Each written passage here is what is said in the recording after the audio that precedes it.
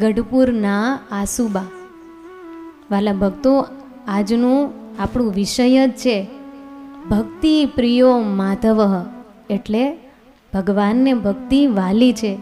કેવી ભક્તિથી ભગવાન રાજી થાય છે તો આપણે આ આસુબાના પ્રસંગ દ્વારા સાંભળીએ. આ ગઢપુરમાં રહેનારા ભગવાનના પ્રેમી ભક્ત આસુબા છે. જીવબા લાડુબાના યોગમાં રહી ભગવાનની નિત્ય ભક્તિ કરે છે, દર્શન કરે છે, સેવા કરે છે. લોભીને કેવું રાતને દિવસ ધન કમાવાનું તાન હોય, એમાં આસુબાના હૃદયમાં એવું તાન કે મેં કરીને ભગવાનનો રાજીપો મેળવું, સંતો ભક્તોના રાજીપાને હું ભેગો કરું, એવા રાજીપાના તાનવાળા આ આસુબા છે. એને મનમાં હંમેશા એમ થયા કરે કે મહારાજ ખુદ મને કંઈક સેવા આપે ને તો હું કોડે કોડે સેવા કરું. એવામાં બરોબર રાધાવાવ ગળાતી હતી અને ત્યાં આપણા બધા પાર્ષદો ઘણાએ સેવા કરતા હતા. ભક્તની ઈચ્છા હતી કે મને ભગવાન ખુદ સેવા આપે, એટલે ભગવાને એની ઈચ્છા પૂરી કરી. સભા વચ્ચે ભગવાને કીધું, આસુબા અમે તમને એક સેવા આપીએ તો કરશો? આસુબા તો રાજી થઈ ગયા. અરે બોલો ને મહારાજ, પૂછવાનું ન હોય. મહારાજ કીધું, આસુબા આ વાવ ગળાય છે એમાં આપણા 30-35 જેટલા પાર્ષદો દરરોજ સેવા કરે છે. તમારે દરરોજ એમને બપોરે જમાડવાના. અને જોજો હો, આ સેવા અઘરી છે, સહેલી નથી. ટાઈમ થાય ત્યાં બરોબર થાળ થઈ જવો પડે, એને જમાડી દેવા પડે. પાર્ષદોને મોડું નહીં ચાલે હો, કેમ કે એને આખો દી કામ કરવાનું હોય અને તમે વહેલા મોડું કરો અને ભૂખ્યા જતા રહે તો તમારે આખો દી ઉપવાસ કરવો પડશે. આસુબા કે મહારાજ નહીં ફેર પડવા દઉં, હું સમયે સમયે પૂરી સેવા ભજવીશ. આ તો જાણે કરોડ રૂપિયાની લોટરી લાગે કેવો આનંદ થાય, એવો આજે આસુબાને અંતરમાં હરખ થયો કે ખુદ મહારાજે મને સેવા આપી. આસુબા તો મહારાજને રાજી કરવા માટે દોડાદોડ ઘરે જઈ માંડ્યા છે લોટ દળવા, બધી તૈયારીઓ કરવા. હવેથી મારે આ પાર્ષદોને જમાડવા છે. દરરોજ બપોર થાય, થાળ તૈયાર રાખે, પાર્ષદો થાક્યા પાક્યા આવે, હાથ પગ ધોઈને પંક્તિ થાય. આસુબા પ્રેમથી બધા પાર્ષદોને દરરોજ જમાડે છે. પાર્ષદો પણ દરરોજ જમે, વળી જતા રહે. પણ આ પ્રેમી ભક્ત ખરા ને, જો પ્રેમી ભક્તનું આમ કાંઈ નક્કી નહીં હો. ક્યારેક ભગવાનની સામે બેસે એટલે પછી ભાન ભૂલાઈ જાય તો સમયનો ખ્યાલ ન રહે. ક્યારેક પાર્ષદોને જમાડવામાં થોડુંક મોડું થઈ જતું, કેમ કે ભક્તિમાં લીન થઈ જાય એટલે રાંધવામાં મોડું થાય. એટલે પાર્ષદોએ ફરિયાદ કરી મહારાજને કે મહારાજ આસુબા અમને ક્યારેક ભૂખ્યા રાખે છે. પછી મહારાજ આસુબાને ઠપકો દીધો, આસુબા આવું ન ચાલ્યો, જો હાથમાં જ સેવા જતી રહેશે. આસુબા દિલગીર થઈ ગયા, નહીં પ્રભુ હવે મોડું નહીં કરું, એક મોકો આપી દો, હવે નહીં મોડું કરું. મહારાજ કે જો હવે ખટકો રાખજો, બીજી વાર ફરિયાદ આવશે તો હાથમાં જ સેવા જતી રહેશે. આસુબા કે નહીં હો મહારાજ, હવે નહીં થવા દઉં. પછી તો હવે ખરો ખટકો રાખે છે. ક્યારેક દર્શન કરવાનો લોભ પણ નથી રાખતા, ટાઈમ ટુ ટાઈમ બનાવીને તૈયાર રાખે છે. એમ કરતાં કરતાં અખાત્રીજનો દિવસ આવ્યો. એ દિવસે ચંદનના વાઘાની શરૂઆત થાય. આપણે દર વર્ષે અખાત્રીજ આવે, આખો વૈશાખ મહિનો ભગવાન આપણે ચંદનના વાઘા ધરાવીએ છીએ. ત્યારે આસુબાને એમ ઈચ્છા થઈ કે મહારાજને કાલથી ચંદનના શણગાર હશે, મારે પણ ભગવાનના દર્શન કરવા જવું છે. કાંઈ વાંધો નહીં, હું લાડવા ને એવું બધું રાતે બનાવીને તૈયાર રાખીશ, સવારે હું શાક વઘારી લઈશ, ખાલી રોટલા ને દાળ એટલું બાકી રાખીશ. એમ નક્કી કરીને સૂઈ ગયા લાડવા બનાવીને. સવાર વહેલા ઉઠીને શાક બનાવી લીધું અને રોટલા ને દાળ બાકી રાખી છે. અને હવે આસુબા દોડાદોડ દર્શન કરવા ગયા છે. 10 મિનિટનો ટાઈમ લઈને આવ્યા છે. બસ ઊભા દર્શન કરીને જતી રહીશ, પછી એકદમ રસોઈ કરી નાખીશ. કેમ કે પહેલાંનો ખોરાક અત્યાર કરતાં ઝાઝા હોય ને, અત્યાર તો એક રોટલે પૂરું થઈ જાય. પહેલાં એક આવડા 2-3 રોટલા તો આરામથી ચાલ્યા જતા. એટલે આસુબાને બનાવવું પડે ને ઝાઝું. દર્શન કરવા આવ્યા છે. ભગવાન લીલુડા લીમતરુ નીચે બિરાજમાન છે અને મહારાજના ભાલમાં ચંદનની અર્ચા કરેલી છે. હો, એવી સરસ મજાની ભગવાનની અર્ચાના દર્શન કર્યા. મહારાજના છાતીએ ચંદનની ખોર કરેલી છે. એ ઉનાળાનો સમય એટલે મહારાજને ફૂલના શણગાર ધરાવેલા છે. મહારાજને ફૂલના તોરા મસ્તકે ધરાવ્યા છે. જે તોરા ગાલે આવીને ગાલ સાથે ગમ્મત કરતા એ જોઈને આસુબાનું હૃદય તો ત્યાં જ ઠરી ગયું. એમ 10 મિનિટનો ટાઈમ લઈને આવ્યા હતા, બેસી ગયા, પછી ખબર નથી રહી. એમાંય મહારાજે સંતોને કીધું, સંતો કીર્તન ગાઓ. ત્યાં તો મુક્તાનંદ સ્વામીએ ચંદનના કીર્તનનું પદ ગાયું. પછી તો આસુબાને વિશેષ વૃત્તિ એમાં ખેંચાઈ ગઈ, ડૂબી ગયા છે. મહારાજની મૂર્તિ નિહાળતા જાય છે, કીર્તન સાંભળતા જાય છે. 1 પદ, 2 પદ, 3 પદ, 4 પદ, આવી રીતે આખું ચોસર પૂરું થયું. તો એ મુક્તાનંદ સ્વામી પૂરું કરે એટલે પ્રેમાનંદ સ્વામી ઉપાડે. એ વળી ફૂલના શણગારનું ગાય. એમ કરતાં કરતાં કીર્તન ઉપર કીર્તન ગવાતા જતા હતા અને આ બાજુ કલાક ઉપર કલાક જતી હતી. આસુબાને ખબર નથી. કીર્તન ભક્તિ પૂરા થયા ત્યાં તો મહારાજે કથા ચાલુ કરી. અરે મોરના કંઠમાં સૂર પૂરનાર, કોયલના કંઠમાં સૂર પૂરનાર, બુલબુલના કંઠમાં સૂર પૂરનાર એટલો મીઠો સ્વર બીજાને પૂરે છે તો પોતાના કંઠમાં કેવી મધુરતા હોય. એ મધુરવાણીવાળા ભગવાન અને એ કથા કરે પછી કાંઈ બાકી રહે? હવે તો આસુબા સાવ ડૂબી ગયા, ભાવ સમાધિમાં ઉતરી ગયા અને કથા તો જામી ગઈ.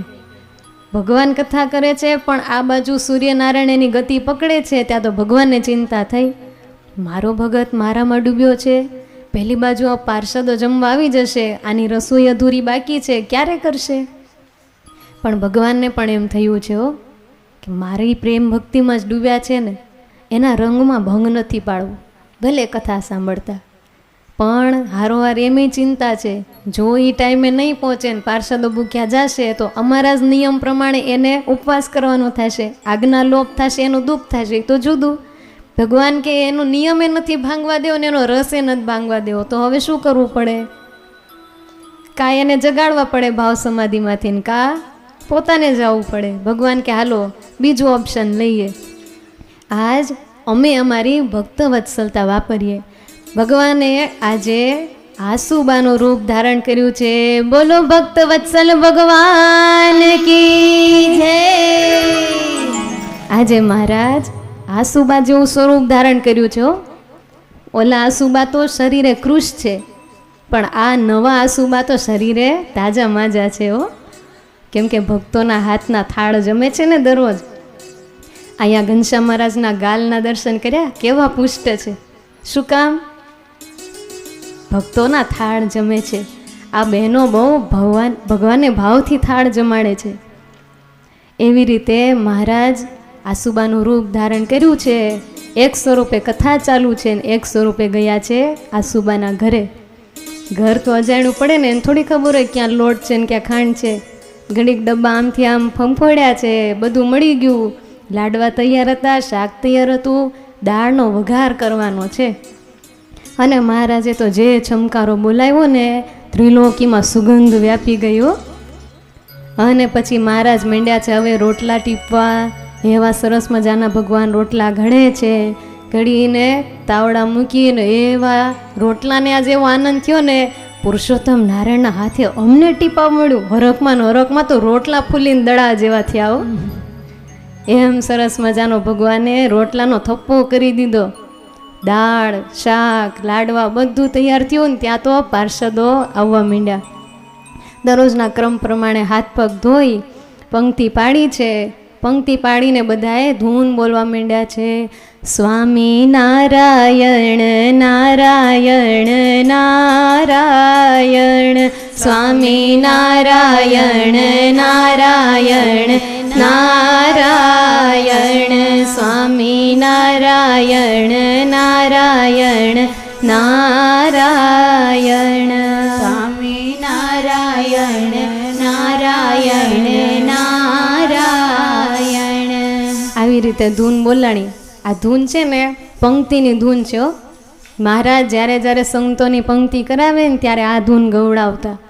અત્યારે પણ જ્યારે અમારી પૂજ્ય બેન પંક્તિ થાય ત્યારે આ પ્રસાદીની ધૂન જ ગવડાવે.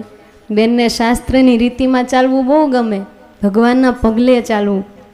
ભગવાનના ધૂન ગવડાવતા પૂજ્ય બેન પણ જ્યાં જ્યાં પંક્તિ થાય ત્યાં આ ધૂન ગવડાવે. એટલે આવી રીતે પંક્તિ પડી. નવા આસુબા રૂપે મહારાજ આજે પીરસવા આવ્યા છે. પાર્ષદો જોવે છે આજ આસુબાની ચાલ કંઈક જુદી લાગે છે. અને મહારાજ બધાને પ્રેમથી પીરસે, લાડવા પીરસે છે, શાક પીરસે, રોટલા પીરસે. જેવું વાસુદેવ હરે થયા ને ત્યાં તો બધાએ માંડ્યા જમવા. સુગંધ તો ક્યારની આવતી જ હતી. અને જેવું મોઢામાં પહેલું બટકું મૂક્યું ને એ બધાને આંખ્યું પોળી થઈ ગઈ. આ હા, આજ તો કંઈ સ્વાદ છે. અને બધાએ જમતા જાય. અને એમાંય મહારાજ પીરસે એટલે કેવું બોલે, લ્યો લ્યો ગરમ રોટલો છે, જમો મારા દીકરાઓ, જમો જમો. એક તો મીઠું ભોજન હોય ને મીઠી વાણી ભળે, પછી અમૃતના ઓડકારનું આવે શું આવે. એટલે એમ કરતાં બધાએ ખૂબ પ્રેમથી જમ્યા. જમીને અહીં આ બધું અહીં મહારાજી જમણવાર પતાવે છે. પેલી બાજુ કથામાં શ્રીપતિ એમ થયું અને આસુબાને એકદમ ભાવ સમાધિ તૂટી. માથે સૂર્યનારાયણને જોઈ અને આસુબા તો ગભરાઈ ગયા કે અરે આજ તો સૂર્ય માથે આવી ગયા, હું ક્યારે રાંધીશ. પાર્ષદ આવી ગયા છે, આજ તો મહારાજનો ઠપકો મળશે, આજ તો કુરાજી પોથાશે, આજ તો પાર્ષદો ભૂખ્યા જશે. બે બાકડા થઈને ઊભા થઈને દોડવા જ લાગ્યા હો. દોડી દોડીને ઘરે એકદમ જાય છે. ત્યાં તો પાર્ષદો જમીને સામા મેળા. આસુબાને એમ કે હર આજ તો ભૂખ્યા મને નહીં ભાડ્યા ને એટલે પાછા જાય છે. ઊભા રાખે છે, ઊભા રહો, એ મારા દીકરાઓ પાછા વળો, ઊભા રહો. ત્યાં તો બધાય પાર્ષદો કે અરે આસુબા શું વાત કરો છો, હમણાં જ તો તમે અમને જમાડ્યા અને આમથી ક્યાં આવ્યા તમે. આસુબા કે એને એમ કે આ બધા રમત કરે છે મારી સાથે. આસુબા કે અત્યારે રમત ન કરો, પાછા હાલો, હું તમને હમણાં જ રાંધીને જમાડી દઉં, અડધું તો તૈયાર જ છે, હાલો એકદમ હાલો. બધા કે પણ આસુબા હવે તો પાણીનું ટીપું હાલે એમ નથી, હમણાં જ અમે જમીને આવ્યા છીએ, હવે ન હાલે હો. એમ કરતાં પાર્ષદો જતા રહ્યા. આસુબાને મનમાં એમ થયું કે આ બધા આવું કેમ કરે છે. પછી એને એમ થયું કે આ કાંઈ કામણગારાનું કામણ તો નથી ને. ત્યાં તો દોડાદોડ ઘર તરફ ગયા. જ્યાં રસોડામાં પગ મૂક્યો ને ત્યાં તો ચૂલો સળગતો હતો અને એવી ચંદનની ફૂલની સુગંધ આવે. અને ભગવાનને હાથમાં વેઢવીટી પહેર્યા હતા ને એ રોટલા કરતી વખતે ઉતારીને મૂકી દીધા હતા. ઉતાવળમાં જવા ગયા ને તે પહેરતા ભૂલી ગયા અને ભાડીને આસુબા સમજી ગયા, ઠીક આ તો મારા મહારાજ પધાર્યા હતા. અને હૃદયમાંથી હરખ થયો, આંખમાંથી પ્રેમના આંસુ નીકળ્યા કે હે મહારાજ, મારી માટે તમે મારું સ્વરૂપ ધારણ કર્યું. હે મહારાજ, આજ તો તમે મારી ખોટ પૂરી કરી દીધી. એમ હૃદયમાંથી ભક્તિના આંસુ નીકળી ગયા છે. વાલા ભક્તો, ભગવાન જે ભક્ત ભક્તિમાં ડૂબે ને એના કામ પોતે કરે છે. એટલે આપણે એમ કહી દે કે હું ભગત છું મહારાજ, મારું કામ કરી દેજો ને, એમ ન કર્યો. એની ભક્તિમાં આસુબાની જેમ ડૂબી જવું પડે. કેમ કે ભક્તિ પ્રિયો માધવ, ભગવાને ભક્તિ વાલી છે. જેવી ભક્તિ થશે એવું ભગવાન આપણા વગર કીધે કામ કરવાના છે.